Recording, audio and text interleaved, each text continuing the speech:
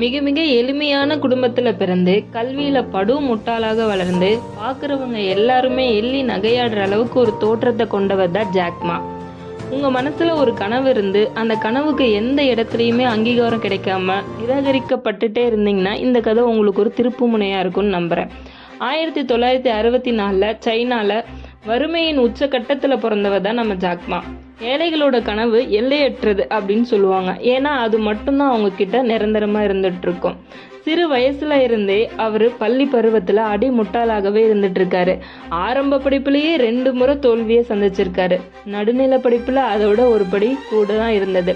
பார்ப்பவங்க எல்லாருமே எள்ளி நகையாடுற அளவுக்கு அவரோட தோற்றம் இருந்துட்டு இருந்தனால, ஆனா அவரோட மன வலிமையோ எல்லையற்றதா இருந்துட்டு இருக்கு.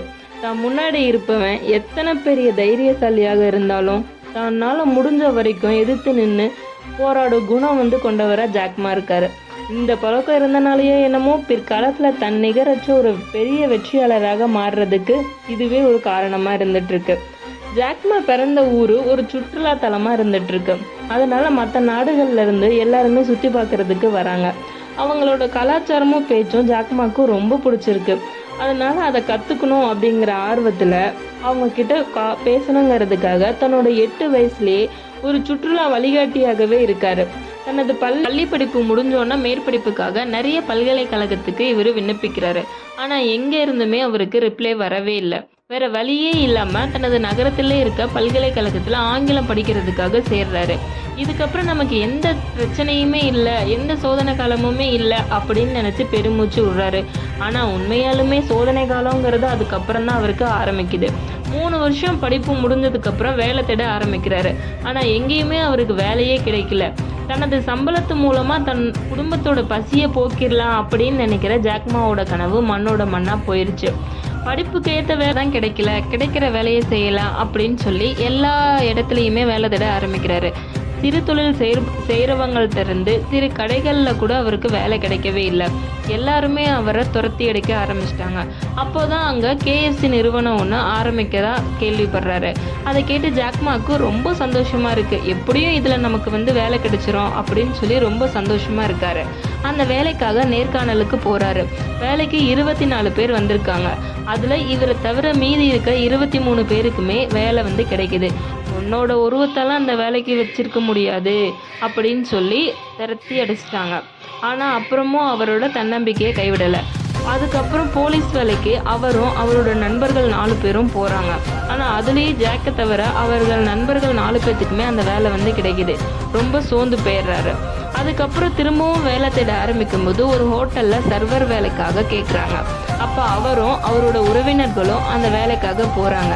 ஆனா ஜாக்கை தவிர அவரோட உறவினர்கள் எல்லாத்தையுமே வேலைக்கு எடுத்துக்கிறாங்க. இந்த டைம் அவர் ரொம்பவே சோர்வடைஞ்சிட்டாரு. ஏன் நம்மளை எல்லா இடத்துலையுமே நிராகரிக்கிறாங்க அப்படின்னு நினைச்சு ரொம்பவே வருத்தப்படுறாரு. அதுக்காக ஹோட்டல் ஓனர் கிட்ட போய் கேட்குறாரு, எதுக்காக என்னைய நிராகரிச்சிங்க அப்படின்னு சொல்லிட்டு கேட்குறாரு. முன்னாடி நிறுத்த முடியாது, கேள்வி கேட்காம முதல்ல இங்கேருந்து வெளியே போ அப்படின்னு சொல்லி துரத்தி அடிச்சிடுறாங்க ஜாக்மாவை. அப்பதான் இனிமேல் யாருக்கிட்டையுமே வேலை கேட்டு போகக்கூடாது அப்படின்னு முடிவெடுக்கிறாரு. ஜாக்மா படிச்ச கல்லூரியில பகுதி நேர வேலை காலியா இருந்துட்டு இருக்கு. ஜாக்மா வேலை தேடிட்டு இருக்க பகுதி நேர வேலை ஒன்று காலியா இருந்துட்டு இருக்கு. ஜாக்மா வேலை தேடிட்டு இருக்கிறத கேள்விப்பட்ட அந்த கல்லூரி இந்த வேலையை ஜாக்மாக்கு கொடுக்குது. நாமளும் பல இடத்துல வேலை தேடி அசிங்கப்படுறதுக்கு இந்த வேலையே பார்க்கலாம் அப்படின்னு சொல்லி முடிவெடுக்கிறாரு. ஆனாலும் அந்த வருமானமும் அவருக்கு போதுமானதா கிடையாது. ஆனாலும் பரவாயில்ல அப்படின்னு அந்த வேலையை செஞ்சுட்டு இருக்காரு.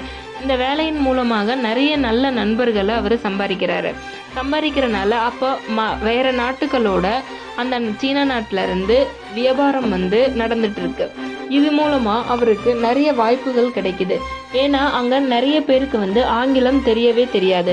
அதனால அது இவருக்கு ஒரு நல்ல ஒரு வாய்ப்பாக அமைஞ்சிட்டு இருந்துட்டு இருக்கு.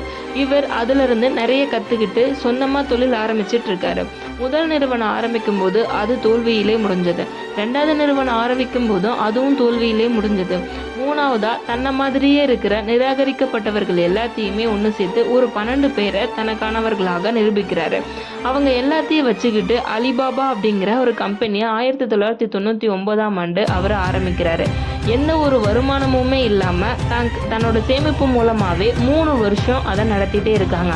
அந்த 3 வருஷத்துக்கு மேலே அவர்கிட்ட அதுக்கு மேலே நடத்துறதுக்கு பணமும் கிடையாது.